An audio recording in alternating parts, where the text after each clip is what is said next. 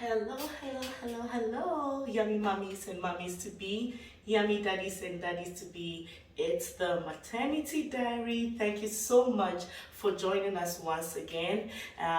If you're new here, thank you so much for becoming a part of this family by hitting the subscribe button now. Yeah. So, guess what day it is today? It's Mother's Day. So as Mother's Day approaches, usually a few weeks to the time, a lot of people begin to explore things that they can do to show appreciation to their mothers. For many people, Mother's Day is actually a time where they are encouraged to give the person who raised them or loved them or of course begged them to actually make them feel extra special. Okay, and for others, unfortunately, for others like myself who have lost moms, Mother's Day can be filled with like bad feelings. Okay, it can be a painful reminder of your mom being lost. Mind you, we continue to remember our mothers every single day, but then when it comes to Mother's Day, we begin to realize that, oh, indeed she's not around, because that's when everybody comes out on social media, talks about their mom, posts a picture about their mom, and maybe share pictures and videos about they giving their mothers gifts, and then okay, for sure this is the time that shows that I do not have my mom. My mom will never be here. My actual mom will never be here. Or even if it's a mom that raised you, my mom will never be there. And so Mother's Day can be different for different people. It can be different for even mothers like myself. Rather than usually on Mother's Day, I am filled with mixed emotions. Like, even though I'm excited that I'm a mother and I'm being celebrated as a mother, I can't help but feel so down, feel so beaten down that my own mom is not here for me to show appreciation to. And it's a difficult time, to be honest with you. I'm not going to mince words about it. One of the things, honestly, I love going to church. Okay, I love going to church. Like, I don't like to miss any Sunday or any day without going to church. But on Mother's Day, to be honest with you, I dread going to church, and it's so unfortunate because during that day, they'll be giving gifts to mothers or singing to mothers or doing something, show appreciation to mothers, and the pain hits me more. There has been no Mother's Day that I've gone to church that I haven't shed a tear, or I haven't cried, just because at that time I feel the pain the most. When I was like a bit younger, I lost my mom when I was 18 years old, and so it's been quite like so many years now, and I think almost 15 years since that time. Yeah, don't begin to calculate my age, okay? I said 15 years, but I wasn't accurate because I don't want anyone calculating my age. Yes, I'm way older than that. Just kidding. Anyway, so I remember that when I was growing up, the next year after Mother's Day in my church, they were singing for all the mothers, and they started singing the song, "Sweet Mother, I no go forget you, for the sorrowful way you suffer for me, yeah, yeah. Sweet Mother, ah, sweet Mother, oh, I love you." Yeah, and anytime I hated that song for some time because I didn't want them to play that song. It reminded me of the song. I didn't want to sing, but then I had to look brave and sound brave to everybody around me. So Mother's Day can be very difficult for people like us. If today you are celebrating Mother's Day and your mother has gone to be with the angels, I just want to say to you that your mother would always love you, and she knows that you would always love her. So please do not think that you have to shut down Mother's Day entirely because your mother is no more. You can still appreciate her, you can still make her feel loved even when she's not here. You can cherish her memories during that time. And so today I'm just going to talk about two main things that you can do for people that you know, loved ones you know, who have lost their mothers, who are also celebrating Mother's Day. I think first and foremost, it's really important that you acknowledge that the person you know is a mother, your wife that you know is a mother, even if she's lost her mother. One of the things you can do is to acknowledge, make her know that, oh, you are a mother, okay? And how do you do that? You celebrate her, you call her, you give her a call, you give her flowers if you have to. Like, you know, up here in the link here, I put the link here to the video on what mothers really want for Mother's Day. Go there and look. I don't want to go over all of that today. I'm not going over all of that. You can just go to that video and then see everything that mothers really want for Mother's Day. Yes, yes, yes. This second one, which is maybe my final one, or no, my last but one, is my second. I'm too excited, but I'm sad too, you know. So I'm just a little bit confused, don't mind me. So the second thing that you can do for someone you know who is grieving their mother on Mother's Day is to make it okay for them to talk about their mothers. Because I do find that there are people that, or there are lots of people, or too many people that try to not to talk about the person's mother because you don't want the person to feel bad. Like, you would rather pretend the mother never existed. Like, there are people like that. So they wouldn't even try to say anything that would sort of induce a conversation of, oh, let's talk about your mother. You get what I mean? And I can totally understand where people are coming from. But then as someone like me who has lost my mom, I do appreciate it when someone tries to make it okay for me to talk about my mom, because it makes me feel like the hope is still alive, like she's not disappeared somewhere, you get what I mean, and there is no hope for me. And so make it okay for them to talk about their moms, let them talk about memories, talk about the things happy memories that they had with their mothers. Yes, don't make it look awkward when they are talking about their mothers, to be honest with you. Let us feel like this is a safe space for us to talk about our mothers. Truly, for me, there are some people I don't even talk about my mother with because I am not comfortable with them, okay? And sometimes it's not really about them, but then I feel like if I'm going to talk about my mom, they would act weird because they're like, but your mom is dead, or they don't even acknowledge, like they live every single day of their lives with me or around me as if my mom never existed. You get what I mean? And please make it okay to talk about our moms.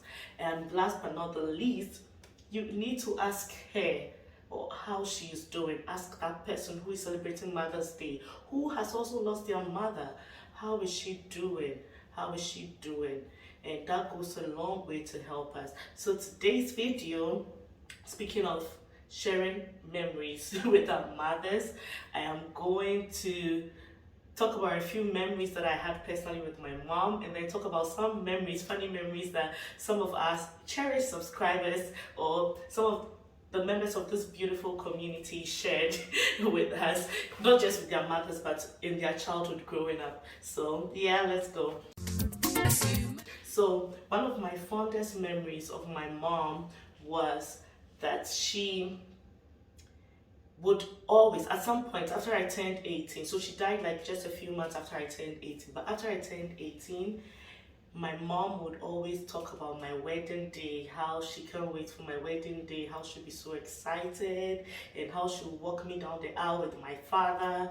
Like, they'll both hold my hand and take me to the aisle. And yeah, I do remember that so well. It was very emotional for me because even at that time I was shy because I don't want to talk about wedding with my mom at 18 years. I literally just finished high school. You know what I mean? Why are you talking about a wedding right now? So yeah, that was one of the fondest memories that I had with my mom. Another fond memory that I had with my mom was when I was younger, I visited one of my grandmothers that was in Kumasi in Accra. Let's say Kumasi in Accra, Kumasi in Ghana for holidays or for my long holiday. And I had very interesting things that happened during that trip. I'll talk about a few of them because they are not really related to directly to my mom, but then I'll talk about them. So I had this very funny experience. So I am someone when I prepare like hot chocolate, I like it to be thick, like to be filled with the hot chocolate powder, to be filled with the milk and things like that. So yeah, I like it a lot, you know. So when I went to this place, I was staying there for 3 weeks for my vacation. We did have a house help that was helping, and then she asked everybody, "Oh, what do you want? Do you want tea? Do you want this? Do you want that?" So I had coffee, and that was my first time hearing coffee, and I was like, that sounds fancy, you know, because it looked like what's it called, hot chocolate after they pour the milk anyway. So I was like, oh, that sounds nice, so I'll take that. So I see this lady preparing my coffee, and then I see her take a teaspoon and take just a tiny little bit, like less around 1/3 of the teaspoon of coffee, and pour it in the hot water. So I look at her and in my head I'm like, is she not going to add any more? Because I like my beverage, my hot beverages thick, you know what I mean, like rich and thick. So immediately, luckily for me, or unlucky for me, my grandmother called her, and then she had to leave. So she was like, she'll be right back, and then she left. When she left, immediately she left, guess what I did as a child? And this, I was like, I think I was 8 no, I wasn't 8, I was 9 or 10 years when this happened. And so I went on ahead, and then I just took the spoon and then pushed, because she was making the coffee for me. So I took spoons of the coffee and poured it into my cup, like a lot, like about 5 spoons of it. And then I stirred it and I put everything back where it was supposed to be. So she came back and she was like, this coffee looks a little darker than I thought. That's so weird. Well, okay. And then she added the sugar, she added the milk. Yeah. So she gave it to me to drink, and guess what? I had the first sip and I wanted to throw up, but I couldn't because she's going to be like, what is wrong with you, you know? And I didn't want her to know this is what I did. So I had to suck it in, drink the coffee, like concentrated coffee with 5 spoons of coffee in a tiny cup for a little girl like me. Yeah, that's what happened. And so that night, first of all, that's what happened, and I had to drink the coffee like that. Oh God, God save my soul. I drank, I didn't have a choice.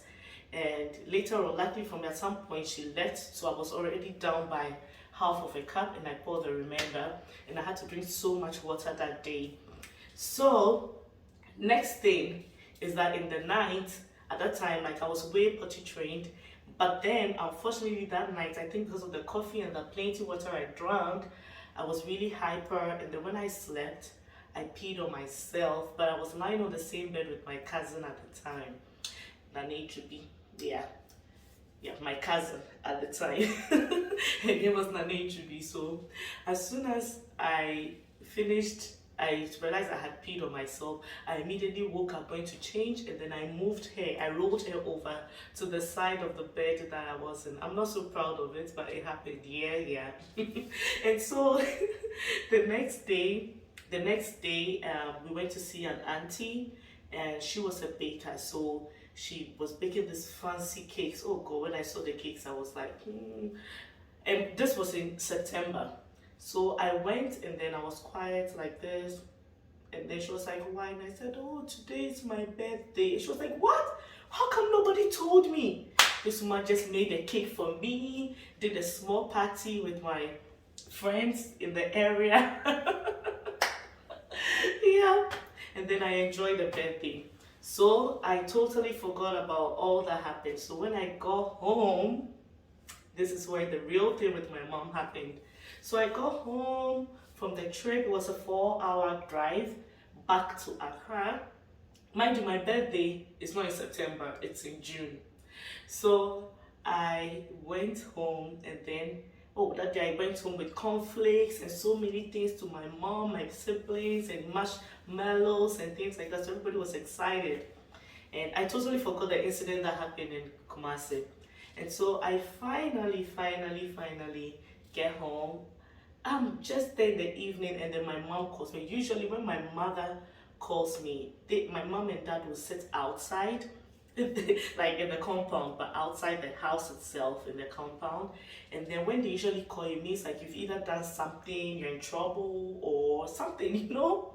So as soon as I heard my name being called, I was like, oh, I just thought, oh, they wanted to find out how did my trip go, what did I do, this and that and that. So yeah, I went on, and then I sat with them, and then my mom was like, oh, how are you? How was your trip? Like, oh, so the conversation was going well. I was telling them everything I did, the friends I made, and then I wanted to go again the next year.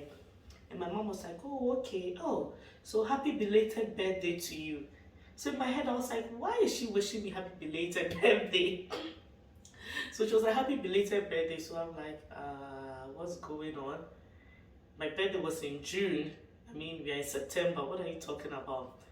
So I didn't understand. I was like this, and then she's like, yeah, I heard you celebrated your birthday in Kumasi. Then it clicked. I was like, oh my God. And my mom was like, since when was your birthday in September? That day, the smack I got of my mom. They really gave it to me. She smacked me well. And my mom, like, she had this way where she does this. Oh God, it's so painful. You know, she'll not beat you, but she'll do this. The beating is a different level. So that day, the way they did it to me, like, I think from that day I never lied again about anything.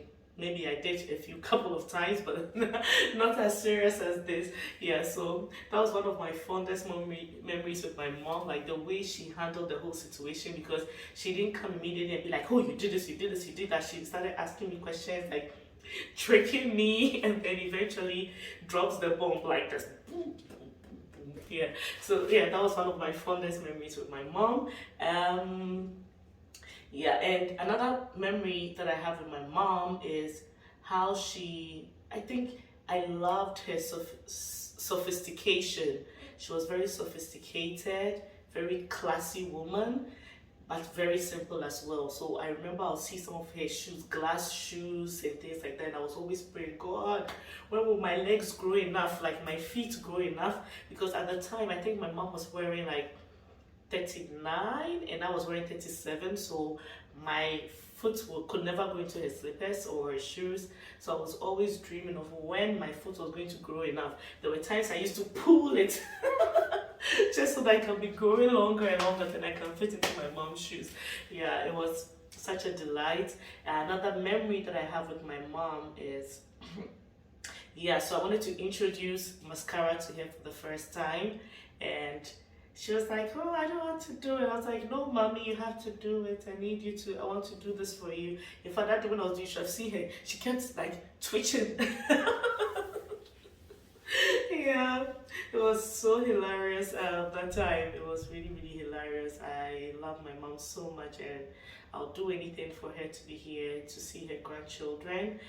The number of times she spoke about how she's going to be with her grandchildren, what she's going to do with them when the time comes, because I was the only daughter, so I really miss her, and I feel really sad every day. I feel very sad that she went away too early. She went away at just 43 years old, and no one deserves to leave that early and leave their kids. And especially at the time, my little brother was only 4 years old. He was just a little over 4 years old when she passed on. And right now I try to ask him memories of my mom. I try to ask him, and he doesn't even remember her very well because I'm the only one he knew as a mother.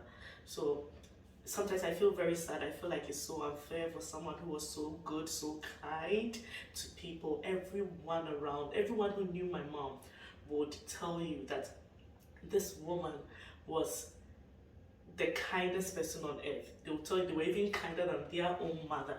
You know, they were so selfless. So I really miss her, and I know that one day when I become 100 years old and I've seen my grandchildren and my great-grandchildren and helped to nurture all of them, I'll meet her and I'll give her the biggest hug of all. It's enough. Yeah. So let's talk about some other stories some of our friends have had. So I have this friend, I'm not going to mention her name because she's going to kill me, but she's one of my my best friends growing up. So there was a time that she was going for a date with her boyfriend then, and at that time, right now she's married to the person, so yay! And I'm the godmother, yay! I guess I'm giving you guys clues for who this person is, so I don't need to leave any clues for everybody. So yeah. So she went on a date. She went to watch like how do we call it, drama or live movie, stage movie or something like that. I can't remember what they're called. So she went out with her boyfriend and she told her mom that she was going out with me. So while she was there, when her mom texted and she's like, oh, are you there with Teresa? And she was like, oh yes, mommy, everything is going well and all of that. The mom was like, okay, as soon as she closed, I want to talk to Teresa on the phone so that I can say hi. So me, I'm somewhere, I'm innocent, thinking about myself, and then my friend calls me. She's like, hello Teresa, please, can you do me a favor? I'm like, yes. She's like, I'm on a date with my boyfriend, and then my mom, I told my mom that I went with you, now she wants to talk to you, so please, I'm going to, when she calls, I will try and put your phone by your side. When she calls, I will immediately add you onto the call on conference call. But she wouldn't know that I've added you because at the time, the mother wasn't so technology savvy. So yeah, I think, yeah. So she was like, because she wouldn't notice, so she was like, oh, she wouldn't notice that it's on conference so that you can talk to her as if you were sitting, like you're standing by me, okay? And I was like, okay. In my head, I'm like, I hope you better get married. Because if you people don't get married, after all of this, you guys are in trouble with me. So that was, yeah, this beautiful and wonderful member of our community story. And it was actually with me. Yeah. Okay, so I have another story from another community member. We went to the auntie's house to eat, and the auntie had made all sorts of fruits and all. And then her tummy started hurting. And they were there on the table with friends, family, and all of that. And she couldn't say. She wanted to use the loo, she couldn't say. So she was struggling. And immediately she was there, she just said, poof. Like a big thing come out, gas pass out. And immediately happened, she rather was like, who's that? Who pooped? Like she was so, it was acting like she was the one who was so angry that someone farted, okay, and they messed up the place. And so, yeah, she said later on, at some point, she was farting again. But the thing is, she was farting before, but then there were the silent farts. So she didn't know that this fart was going to sound that loud, and she had to act all of that. But unfortunately for her, her mom knew she was the one who was farting. So after everything, then the mom was like, yeah, I know it was you who was farting. And you know, the funny thing is the people who are guilty or something, they're the ones who are like most defensive, eh?